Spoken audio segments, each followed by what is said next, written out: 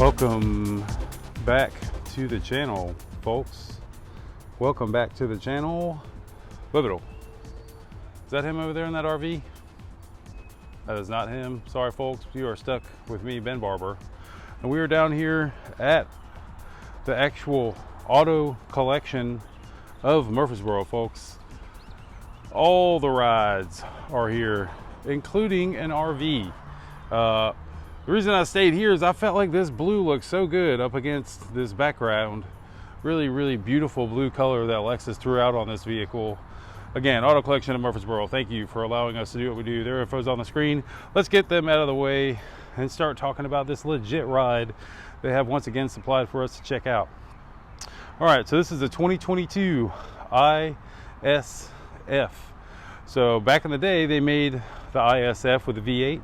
Then they moved it to the RSF and didn't make a four-door version of it for quite some time. 2022 is the first year that they are back. And I think this is probably the last iteration of where this naturally aspirated V8 will call home. This engine's been around for a while now.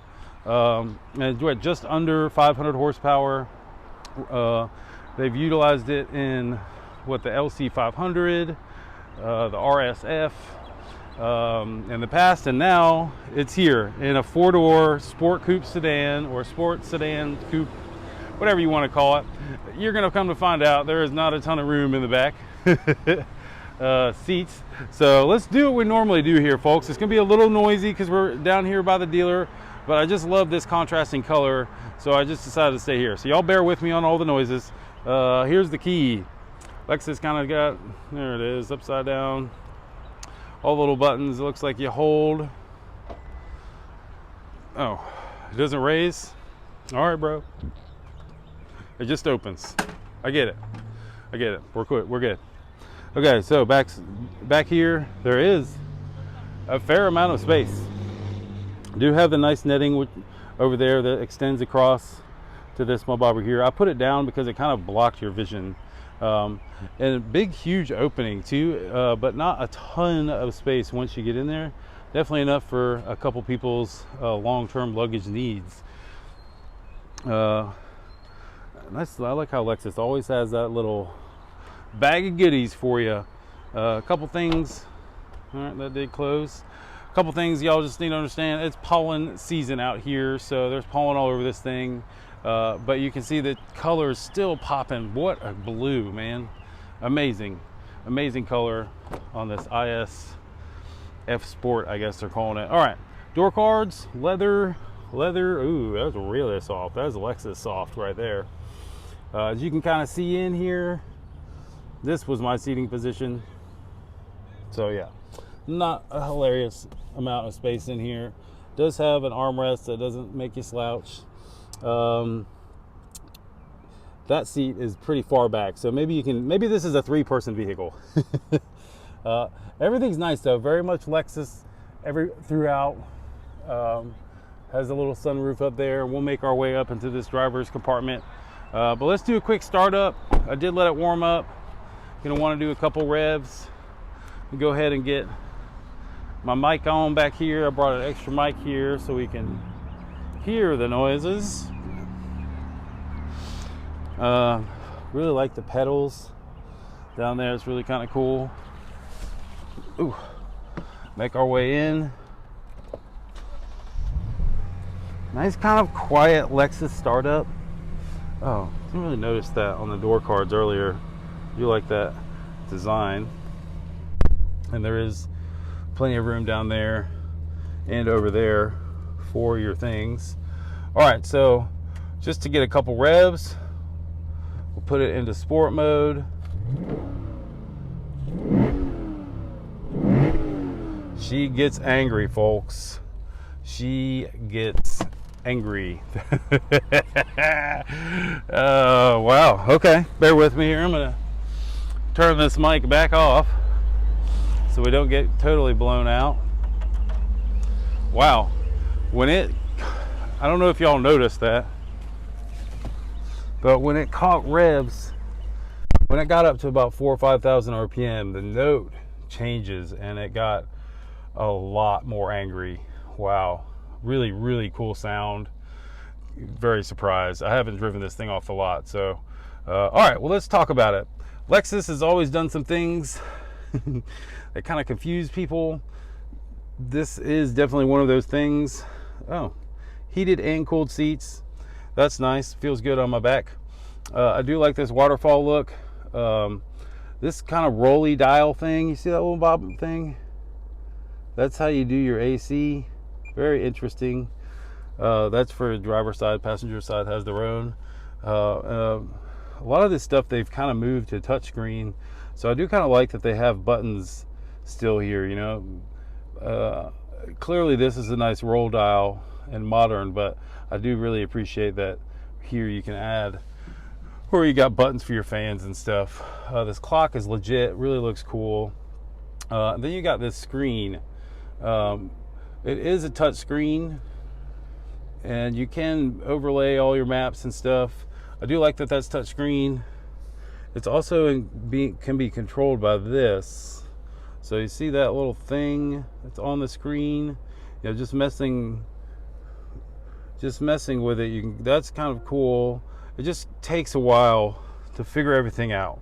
So this is what controls the entertainment center. If you're not touching it, you can use this device right here, which makes it very easy, as long as you know what this does. But if you don't and you start hitting buttons, it takes a second, and you hear that noise. Every time that noise happens, this thing like jumps up. It's crazy. So anyways, once you figure this out, I have a feeling that Lexus just went from like one of the most annoying ones to one of the easiest ones, because this is simple. Every time you touch it, it immediately puts your cursor up on the screen, so it shows you what you're actually trying to do.